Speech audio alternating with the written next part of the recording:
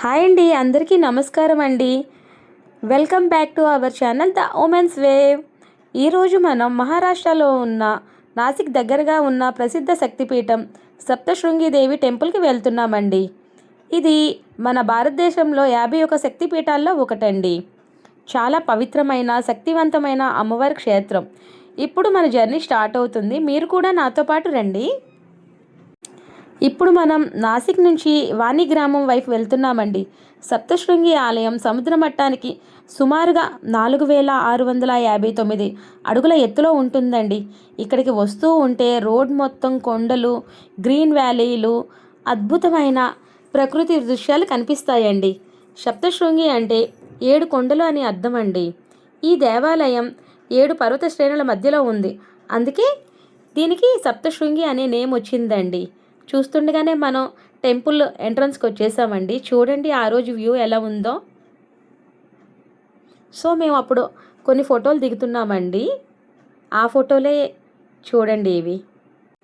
మన ఈ టెంపుల్కి రావడానికి రెండు వేస్ ఉంటాయండి. ఒకటేమో స్టెప్స్ వే అండి, రెండవదేమో రోప్ వే అండి. మేము మాతో పాటు ఉన్న మా వాళ్ళందరూ కొంచెం పెద్దవాళ్ళు కాబట్టి వాళ్ళ కోసం మేము ఈ రోప్ వేనే సెలెక్ట్ చేసుకున్నామండి. ఈ రోప్కి టికెట్ అప్ అండ్ డౌన్ కలిపి 120 రూపీస్ అండి. మనం ఈరోజు ఈ రోప్ వేలోనే టెంపుల్కి వెళ్తున్నామండి పైకి. రండి, ఇంకెందుకు ఆలస్యం, మీరు కూడా మాతో పాటు వచ్చి చూడండి. మేము ఫొటోస్ దిగుతున్నామండి.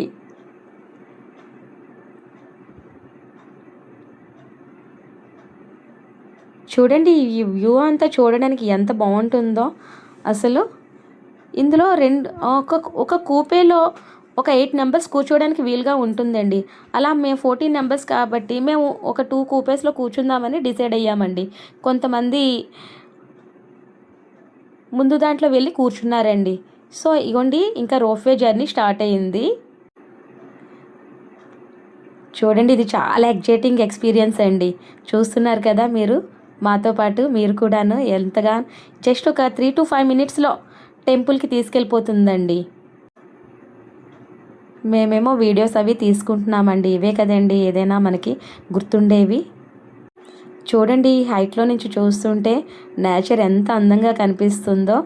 చూస్తుండగానే మనం అసలు ఇంత ఎక్స్పీరియన్స్ ఎలా చేసామో అనేసి అనిపిస్తుందండి. మీరు కూడా చూడండి మాతో పాటును.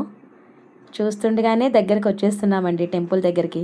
ఇదిగోండి టెంపుల్ దగ్గరికి వచ్చామండి మనం. రండి, ఇప్పుడు మీరు కూడా మాతో పాటుగాను. ఇప్పుడు మనం సప్తశృంగి ఆలయం వద్ద ఉన్నామండి. ఈ అమ్మవారిని దుర్గాదేవి అవతారంగా చెప్తారండి. పురాణాల ప్రకారం మహిషాసురుణ్ణి సంహరించిన దుర్గాదేవి ఇక్కడే కొండపై స్థిరపడిందని నమ్మకం అండి. ఇది ఒక శక్తిపీఠం అండి. సతీదేవి శరీర భాగాలు భూమిపై పడిన ప్రదేశం కాబట్టి దీనిని కూడా శక్తిపీఠం అని అంటారండి. ఇక్కడ సతీదేవి యొక్క కుడి చెయ్యి పడిందని నమ్ముతారండి. అమ్మవారిని చూడండి, చూస్తుంటే అసలు ఎంత ఎగ్జైటింగ్గా అనిపిస్తుంది. ఇక్కడ అమ్మవారి రూపం చాలా ప్రశస్తమైనదండి. దాదాపు 8 అడుగుల ఎత్తులో ఉంటారండి అమ్మవారు. అమ్మవారికి 18 చేతులు ఉంటాయండి. ప్రతి చేతిలో ఒక్కొక్క ఆయుధం ఉంటుందండి.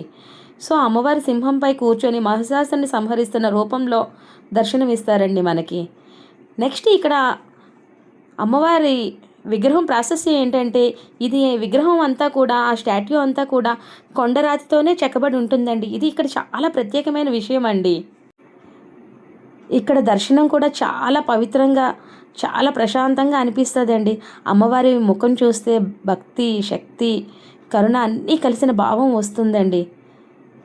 చూడండి, మేము మా దర్శనం అయిన తర్వాత కిందకి మళ్ళీ రోప్వేలోనే కిందకి వచ్చామండి. వచ్చిన తర్వాత అక్కడంతా మాల్లా ఉంటాయండి. ప్రతిదీ కూడా ఎవ్రీవన్ అమ్మవారి దగ్గరకు వచ్చి మేము కుంకుమ అది కొనుక్కొని బయటకు వచ్చామండి. బయటకు వచ్చి ఫొటోస్ తీసుకుంటున్నామండి. సో మీరు కూడా చూడండి మాతో పాటు.